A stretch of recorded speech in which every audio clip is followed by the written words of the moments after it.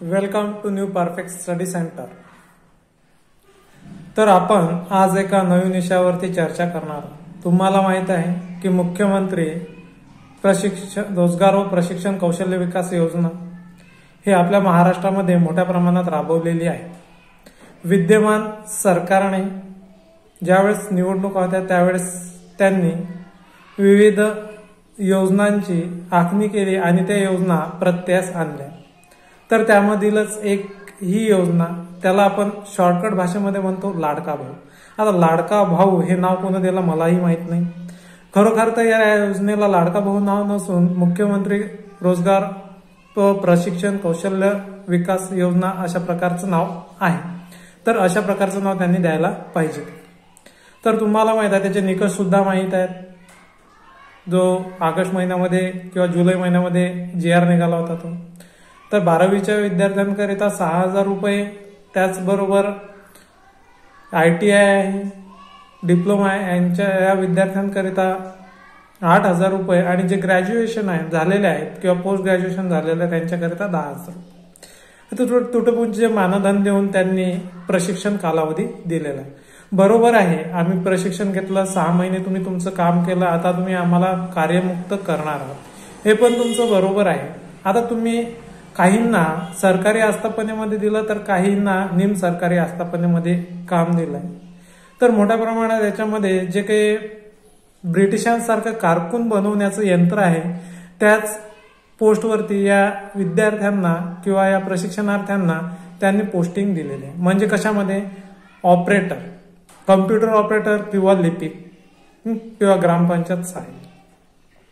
तर अशा वेगवेगळ्या आस्थापनेमध्ये त्यांनी आम्हाला किंवा आपल्याला नियुक्त्या दिलेल्या आहेत। तर आता 6 महिने कंप्लीट झालेले आहे। 4.5चा जो मुद्दा आहे किंवा 5.4चा, तर त्यामध्ये असं नोंदवलं होतं ज्या आस्थापनेमध्ये कर्मचाऱ्यांची संख्या ही कमी आहे, ज्यांना कर्मचारी पाहिजे असतील तर ते त्यांनाच कंटिन्यू करू शकतात। आता 6 महिन्यानंतर आता कालावधी संपत आहे आणि हे आस्थापना सुद्धा कंटिन्यू करण्याच्या मानसिकतेमध्ये नाहीत। आता आस्थापनाला वाटतं आपल्या घरचा त्यांना पगार द्यावा लागेल। अरे आस्थापना ही जर म्हटलं तर जिल्हा परिषद हे जे लोकल बॉडीज आहेत तर जिल्हा परिषद मधूनच होणार आहे। जे काही ग्रामपंचायतीचे कामे म्हणा, वेगवेगळ्या डिपार्टमेंटचे कामे होतात हे डायरेक्टली आपल्याला म्हटलं सामान्य प्रशासन विभागामार्फत होतात। यांना काही यांच्या घरून पगार वगैरे द्यायचं नसते। तर बरोबर आहे। तर आता 6 महिन्याचं जे काही आम्ही प्रशिक्षण घेतलेलं आहे, कोणतं घेतलेलं आहे? लिपिक है ना, ऑपरेटर। तर आता हे म्हणतात आम्हाला तुम्ही प्रशिक्षण घेतलं, कौशल्य पूर्ण झाले आणि तुम्ही बाहेर जा आणि तिथं जॉब करा। आता तुम्हाला माहित आहे बाहेर जर पुण्यासारख्या ठिकाणी जर आपण जॉब करण्यासाठी जर गेलो तर आपल्याला किती पेमेंट भेटते? मला माहिती आहे, माझ्या माहितीप्रमाणे 10 ते 12,000 रुपये स्टार्टिंगला पेमेंट देतात आणि तेही लवकर जॉब मिळत नाही। एक महिना तिथं हिंडावं लागते। 10-12,000 रुपये जर जॉब जर ते महिना जर देत असतील तर त्याच्यामध्ये 7 ते 8-9,000 रुपये त्यांचा खर्च होतो। 1,000 रुपयात तो गावाकडून शहरात जाईल, त्याला ते परवडेल का? आता विद्यमान सरकारने हे प्रशिक्षण तर दिलं, परंतु प्रशिक्षण दिल्यानंतर जॉब देण्याची हमी सुद्धा यांनी घ्यायला पाहिजे होती। आपल्याला माहित आहे की भारत देश हा विकसनशील म्हणतात किंवा आता पुढे चालून डेव्हलप होणार आहे, हे तर नक्कीच आहे। परंतु माझ्या मते सध्याही भारत देश हा अविकसित आहे, मागासलेला आहे। मागासलेला का? तर तुम्ही जर म्हटलं तर जो काही उद्योगधंद्यांचा ओढा आहे तो मोठ्या प्रमाणात मेट्रोपॉलिटन सिटीमध्ये, मोठ्या मोठ्या सिलेक्टेड सिटीमध्येच आहे। तुम्हाला माहित आहे का विदर्भामध्ये जर म्हटलं तर कोणतीही सिटी अशी नाही की त्या सिटीमध्ये की खूप सारे उद्योगधंदे आहेत। आता थोड्याफार प्रमाणात डेव्हलप नागपूरहून राहिलं, परंतु त्याच्यामध्ये काही नाही। जर पूर्ण महाराष्ट्रातले किंवा भारतातले म्हटलं तर पुणे, मुंबई, मोठ्या मोठ्या सिटी, औरंगाबादमध्ये काम करण्याकरता जातात। परंतु माझं असं मत आहे की महाराष्ट्र सरकारने महाराष्ट्र औद्योगिक विकास संस्था, त्याचप्रमाणे आपण त्याला म्हणतो MIDC, ज्या लघु उद्योग ज्या संस्था आहेत, MIDC हा प्रत्येक जिल्ह्याला आणि प्रत्येक जिल्ह्यातील तालुक्याला जर स्थापन केले तर छोटे मोठे जर लघु उद्योग जर स्थापन केले तर हे जे काही विद्यार्थी आहेत त्यांना त्या MIDC थ्रू जॉब मिळणार आहे आणि गावाच्या जवळ जर त्यांना जॉब जर मिळत असेल तर त्यांना 8 ते 10 हजार रुपये किंवा 12-15 हजार रुपयामध्ये ते त्यांचं व्यवस्थित कुटुंब चालवू शकतात. आता तुम्हाला माहित आहे तर कुटुंबामध्ये जर आई वडील मुलगा असेल तर त्यांच्यावर आई वडिलांची जबाबदारी येते, ते दूर जाऊ शकत नाहीत किंवा काही घरी काम पडले तर त्यांना घरी यावं लागतं. म्हणून तालुक्याच्या ठिकाणी जर यांनी जर रोजगाराची जर प्रत्येक तालुक्याच्या ठिकाणी MIDC स्थापन केल्या, सूक्ष्म व लघु उद्योग स्थापन केले किंवा एखाद्या IT कंपनी जर प्रत्येक तालुक्यात जर एक प्रोजेक्ट आणला तर ज्या विद्यार्थ्यांनी प्रशिक्षण घेतलेलं आहे त्या विद्यार्थ्यांचा जे काही रोजगाराचा प्रश्न आहे हा मिटेल. आता या सरकारचं एक चुकीचं धोरण मला असं पाहायला मिळते. त्यांनी जवळपास 1,10,000 किंवा 1,20,000 प्रशिक्षणार्थ्यांना प्रशिक्षण दिलेलं आहे आणि प्रशिक्षण त्यांचं पूर्ण झालेलं आहे. तर हे सर्व जे काही बेरोजगार प्रशिक्षणार्थी आहेत याच्यापूर्वी कुठेतरी ते काम करत होते आणि त्यांना असं वाटलं की हे सरकारी आहे, पुढे काहीतरी आपलं भलं होईल. त्याकरता त्यांनी हातचे जे काही जॉब्स आहेत किंवा व्यवसाय धंदे आहेत ते सोडून ते 10,000 रुपये, 8,000 रुपये आणि 6,000 रुपयाच्या तुमच्या योजनेच्या मागे आले. परंतु आता तुम्ही त्यांना दूर दूर लोटता. तुम्हाला माहित आहे की प्रत्येक तालुक्याचा किंवा विभागाचा जो आमदार आहे त्या आमदाराने प्रत्येक कौशल्य विकास रोजगार प्रशिक्षणातील जे काही विद्यार्थी आहेत त्यांना फोन करून सांगितलंय की तुमची नियुक्ती इथं इथं झालेली आहे, तुम्ही नियुक्ती झाली आहे.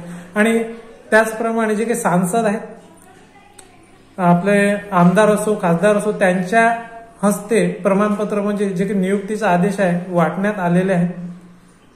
तर मग एवढंच जर ते करतात, परंतु आता जर त्यांचा कार्यकाल संपत आलेला आहे आणि विद्यार्थी त्यांना विचारायला जात आहेत, जाब विचारत आहेत, तर आमचं पुढील रोजगाराचं नियोजन काय ते त्यांना टाळाटाळ करत आहेत, त्यांना प्रत्युत्तर पण देत नाही आहेत. आणि त्याच प्रमाणात तो 4.5 प्रमाणाचा जो मुद्दा आहे त्या मुद्द्यामध्ये काय सांगितलेलं आहे, तुम्ही शिफारस पत्र द्या. आता शिफारस पत्र द्यायला जर गेले तर ते शिफारस पत्र कोणताही सरकारी प्रशासनातील अधिकारी आहे तो ऍक्सेप्ट करत नाही आहे, म्हणजे इकडे तिकडे ढकल करत आहेत. आता तुम्हाला माहित आहे 2 दिवसाच्या अगोदर बीड जिल्ह्यामध्ये अशाच प्रकारे मूक मोर्चा त्या विद्यार्थ्यांनी दिला होता. त्यांचं जे काही शिफारस पत्र आहे ते शिफारस पत्र सुद्धा त्यांचं घेतलेलं नाही आहे. तर माझ्या मते तुम्ही ही जी योजना काढलेली आहे ही चांगलीच आहे, परंतु तुम्ही यामध्ये काय केलं, कौशल्य कोणतेच नाही. कौशल्य तुम्ही फक्त एकच दिलं, कारकून कसं बनायचं. आता कारकून जर कसं बनायचं तर हा विद्यार्थी तुम्ही प्रशिक्षण देऊन तुम्ही शेतामध्ये त्याला पाठवसाल का? शेतामध्ये कम्प्युटर असतात का किंवा तो लिहू वाचू त्याच्यामध्ये काही करू शकतो का? म्हणजे तुम्ही प्रशिक्षण कोणत्या क्षेत्रातलं देता, तुम्ही काम कोणत्या आस्थापनेमध्ये करायला लावता. तुम्ही जर समजा एखाद्या आस्थापनेला प्रशिक्षण दिलं, तुम्ही त्याला आस्थापनाच द्या, त्याच्याशीच निगडीत तुम्ही द्या. कोणी जर शाळेवरती केलं त्याच्याशीच निगडीत तुम्ही त्यांना देऊ शकता. तुम्ही जर म्हणता आता प्रशिक्षण केलं तुम्ही कारखान्यामध्ये जातो, करेल का? तुम्ही प्रशिक्षण कोणत्या हिशोबाचं दिलंय तुम्ही हे पहिले पाहावं लागत होतं.